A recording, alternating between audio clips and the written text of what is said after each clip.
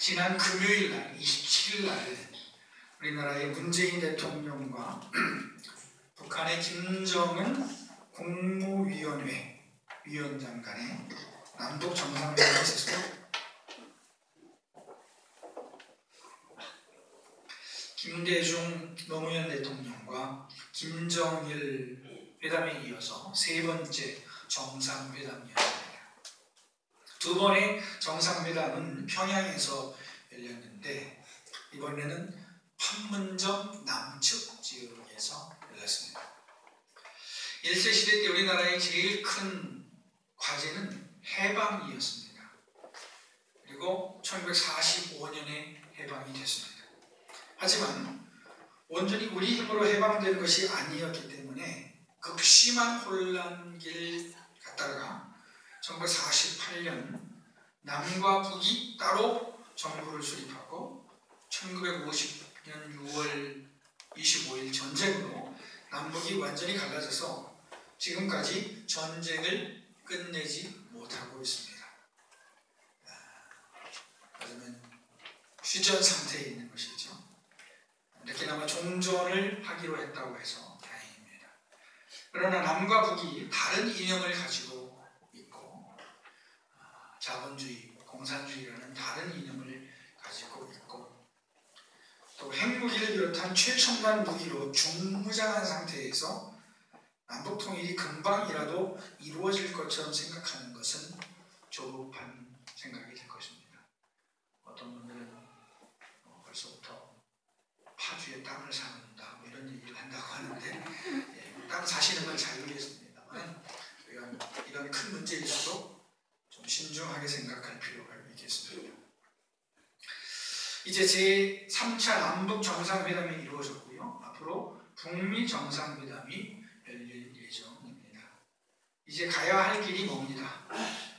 아무쪼록 우리나라가 하나님의 크신 은혜로 하나가 돼서 자유롭게 왕래하고 서로 사랑하는 나라가 됐으면 좋겠습니다. 우리 그리스도인들은 남북이 예수 안에서 통일될 수 있도록 계속 깨워서 기도해야 할 것입니다. 우리나라 사람들이 가화만사성이라는 말을 많이 듣고 살았습니다. 가정이 화목하면 가정이 화목하면 만사성 모든 일이 이루어진다, 잘 된다 하는 것입니다. 우리나라 사람들이 해방 이후에 지난 73년 동안 그렇게 갈등을 많이 겪고 고통을 당한 것은 결국 화목하지 못했기 때문입니다. 화목은 가정이나 국가에서뿐 아니라 교회에서도 매우 중요한 동력입니다. 신약 성경을 보면 교회의 화목이 매우 중요한 과제였다 하는 것을 알 수 있습니다. 예루살렘 교회에는 히브리파와 헬라파가 있어서 그들 사이에 갈등이 있었습니다. 고린도 교회에는 4개의 파벌이 있었습니다. 그래서 사도 바울의 편지를 읽어보면 바울은 덕을 강조하고 있습니다. 바울이 강조한 덕은 내가 아닌 다른 사람의 입장을 먼저 생각하는 것입니다. 혹시 내가 볼 때 옳더라도 다른 사람이 그렇게 생각하지 않는다면 다른 사람의 생각을 따라주는 것입니다. 물론 그렇다고 죄를 같이 지으라는 말씀은 절대로 아닙니다. 죄가 아니라면 나보다 다른 사람의 입장을 존중해야 한다는 것이 바울이 말하는 덕입니다. 야고보서에 보면은 지혜에 대해서 정의를 하고 있는데 오직 위로부터 난 지혜는 첫째 성결하고 다음에 화평하고 관용하고 양순하며 긍휼과 선한 열매가 가득하고 편견과 거짓이 없나니 화평하게 하는 자들은 화평으로 심어 의의 열매를 거두느니라 했습니다. 보통 지혜 그러면 어려운 문제를 쉽게 해결할 수 있는 능력을 말하는 것 같습니다. 특별히 인간관계 문제를 원만하게 잘 푸는 사람을 지혜롭다라고 얘기하는 것 같습니다. 국어사전에는 사물의 이치를 빨리 깨닫고 사물을 정확하게 처리하는 정신적 능력이라고 정의하고 있습니다. 그런데 야고보 사도는 지혜를 첫째 성결한 것이 된다라고 말씀합니다. 그리고 화평하고 관용하고 양순하고 긍휼과 선한 열매가 가득하고 편견과 거짓이 없어야 한다라고 했습니다. 보통 우리가 생각하는 지혜와는 많이 다릅니다. 야고보 사도는 특별히 화평을 강조하고 있습니다. 관용, 양순, 긍휼 모두 다 화평을 강조한 말씀입니다. 이것은 바울이 말한 덕과 마찬가지다라고 말할 수 있겠습니다. 오늘 말씀은 형제의 연합이 얼마나 아름다운지 노래하고 있습니다. 보라, 형제가 연합하여 동거함이 어찌 그리 선하고 아름다운고. 머리에 있는 보배로운 기름이 수염 곧 아론의 수염에 흘러서 그의 옷깃까지 내림 같고, 헐몬의 이슬이 시온의 산들에 내림 같도다. 거기서 여호와께서 복을 명령하셨느니 곧 영생이로다. 공동 번역으로 보니까 더 네 가지입니다. 이다지도 좋을까? 이렇게 즐거울까? 형제들 모두 모여 함께 사는 일, 아론의 머리에서 수염 타고 흐르는 옷깃으로 흘러내리는 향긋한 기름 같구나. 헤르몬 산에서 시온산 줄기를 타고 굽이굽이 내리는 이슬 같구나. 그곳은 야훼께서 복을 내리신 곳, 그 복은 영생이로다. 예, 형제가 화목하게 사는 것을 영생이라고 했습니다. 예, 우리 그리스도인들의 최종 목적이 뭐죠? 영생입니다. 우리 그리스도인들이 구원받는 과정을 보면 계획 가운데 있었어요. 하나님이 택하셨어요. 하나님이 부르셨어요. 하나님이 믿게 하셨어요. 하나님은 의롭다고 하셨어요. 그리고 하나님께서 바꿔주십니다. 성화를 시키십니다. 그리고 최종적으로 영화의 단계에 들어가게 되는데, 영화의 단계에 들어가게 되면 우리가 영생에 이르게 됩니다. 그런데 다윗은 형제가 연합해서 동거하는 것이 영생이다라고 했습니다. 그렇다면 형제 간의 사랑, 화목이 이루어지는 곳에 천국이 있다 하는 말씀입니다. 요즘에 저는 교회의 존재 목적에 대해서 말씀을 드리고 있습니다. 교회의 네 가지 존재 목적이 있다고 했죠. 첫째, 예배. 둘째, 교제. 셋째, 교육. 넷째, 선교라고 했습니다. 그리고 선교를 전도와 봉사로 나눌 수 있어서 5가지가 될 수 있다고 말씀을 드렸습니다. 그리고 지난 2주일간 교회의 첫째 목적인 예배에 대해서 말씀을 드렸습니다. 그리고 오늘은 2번째 목적인 교제에 대해서 말씀을 드리는 것입니다. 교회에서 교제 그러면 교인들이 간식을 준비해야 하고, 그죠? 레크레이션 하는 것을 생각했습니다. 그래서 369 같은 거 하는 거, 369 이런 것도 하고, 풍선 터뜨리기도 하고, 이런 걸 교제라고 생각했습니다. 그리고 교제 그러면 필요하기는 한데 부수적인 것으로 생각을 했습니다. 전도를 한다든지 봉사를 한다든지 하는 것은 매우 의미 있는 일이지만, 교인들이 같이 먹고 노는 것은 왠지 죄스럽다고 생각을 했습니다. 그러나 성경적으로 보면 성도의 교제, 친교, 사귐, 화목은 본질적인 것입니다. 매우 중요한 것입니다. 성경적으로 볼 때 우리 인간의 가장 큰 문제가 무엇입니까? 그것은 하나님과 단절된 것입니다. 또 하나님과 단절됨으로써 이웃과 단절되고 세상과 단절된 것입니다. 아담과 하와가 하나님의 명령을 어기고 선악과를 떠먹은 다음에 어떻게 되었습니까? 하나님의 낯을 피해서 숨었습니다. 이게 무슨 말입니까? 하나님과 단절되었다 하는 것입니다. 하나님과 등지게 되었다 하는 것입니다. 하나님과 거리낌이 없고 잘 통해야 되는데 통하지 않게 되었다 하는 것입니다. 이것이 불행의 시작이었습니다. 구약성경 요나서에 보면 선지자 요나가 하나님의 명령을 듣지 않고 도망갑니다.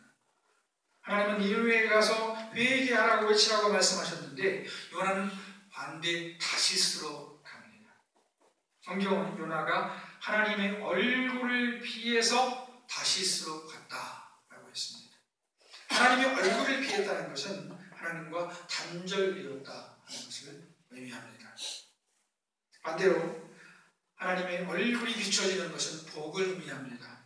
민수기 6장에 보면 제사장의 축복 기도가 나옵니다.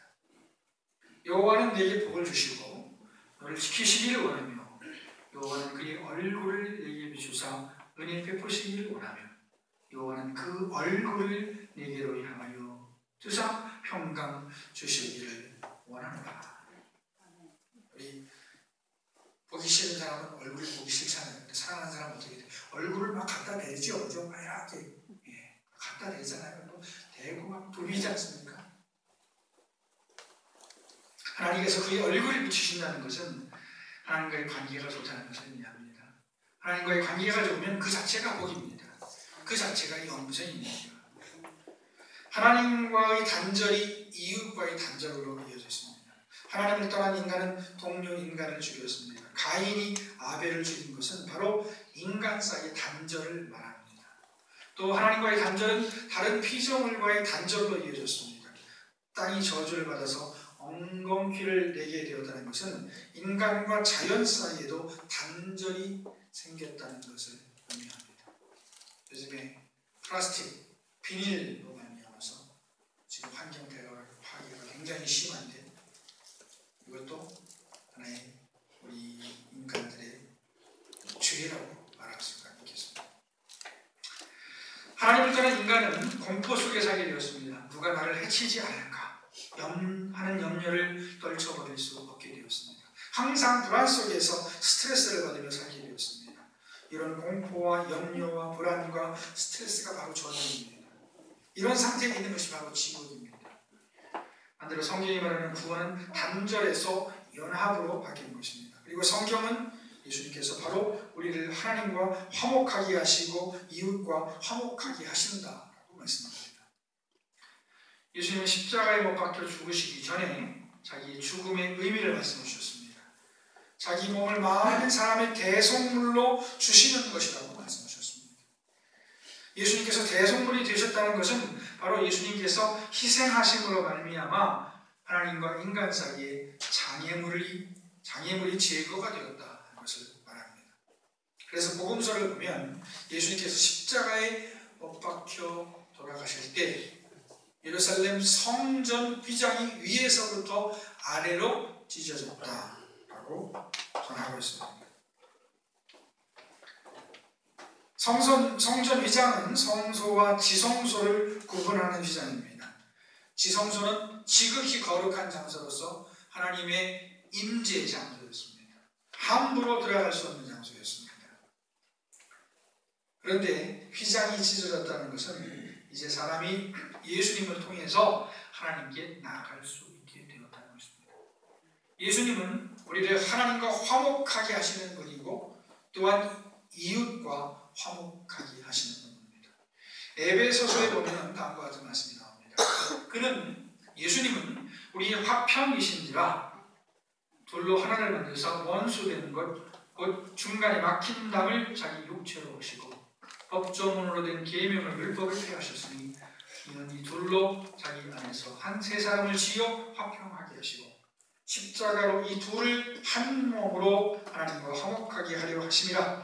원수된 것을 십자가로 소멸하시고 또 오셔서 먼데 있는 너희에게 평화를 전하시고 가까운 데 있는 자들에게 평화를 전하셨으니 이는 그로 말미암아 우리 둘이 한 성령 안에서 아버지께 나아감을 얻게 하려 하심이라.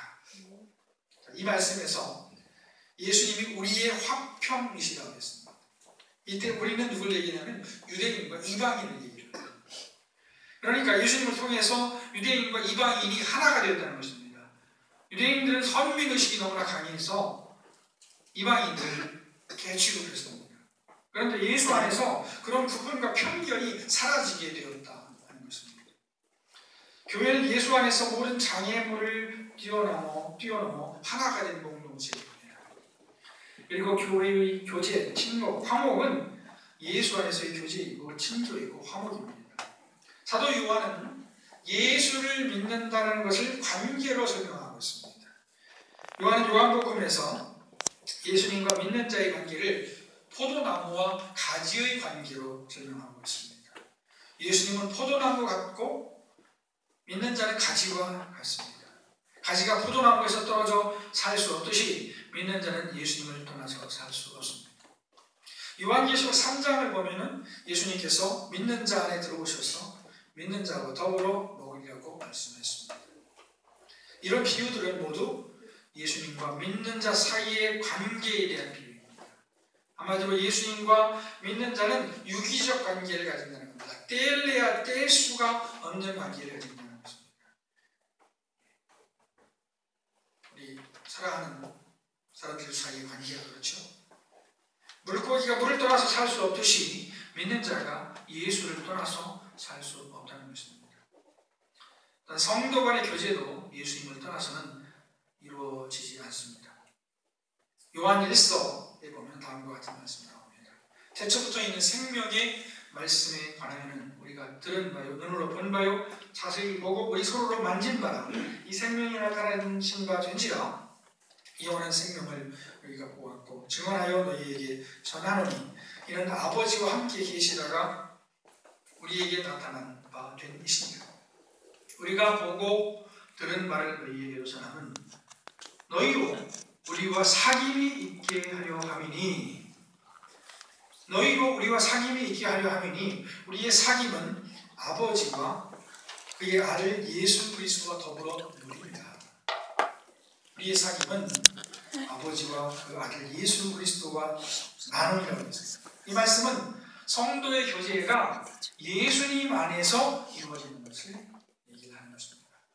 그러니까 우리 사이에는 항상 예수님이 계시는 것입니다. 교제 혹은 친교는 교회의 매우 중요한 목적입니다.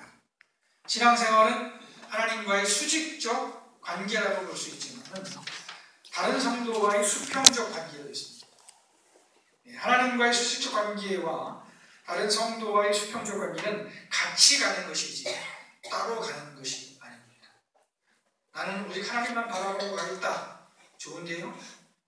그렇다고 해서 다른 성도와의 관계가 없어도 된다는 건 아닙니다. 같이 가야 됩니다. 하나님과의 관계, 성도와의 관계가 함께 있습니다. 예수님은 성도와 하나님과의 수직적 관계와 성도와 성도의 수평적 관계를 모두 연결시켜 주시는 겁니다. 예수님은 하나님과 우리를 연결시켜 주시고 예수님은 우리 성도들 사이를 연결시켜 주시는 겁니다. 그렇기 때문에 예수님 없는 성도의 교제는 있을 수 없습니다. 그만큼 예수님이 중요합니다. 오늘 말씀 다시 한번 읽겠습니다. 이다지도 좋을까? 이렇게 즐거울까? 형제를 모두 모여 한데 사는 길, 아론의 머리에서 수염 타고 흐르는 옷깃으로 흘러내리는 향긋한 기름 같구나.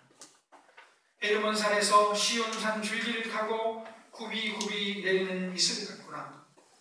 그곳에서 야훼께서 복을 내리는 것, 그 복은 영생여다. 오늘 7월 구역 예배가 주간 예배로 드리는 것은 바로 예배 시간에 성도의 교제가 이루어지게 하기 위한 것입니다. 우리 주양 교회가 예수님 안에서 하나님과 평을 누리고 서로 간의 평화를 누림으로 아름다운 신앙의 공동체가 되기를 축원합니다. 그래서 우리 교회가 천국 같은 행복한 교회가 되기를 축원합니다. 기도하시겠습니다.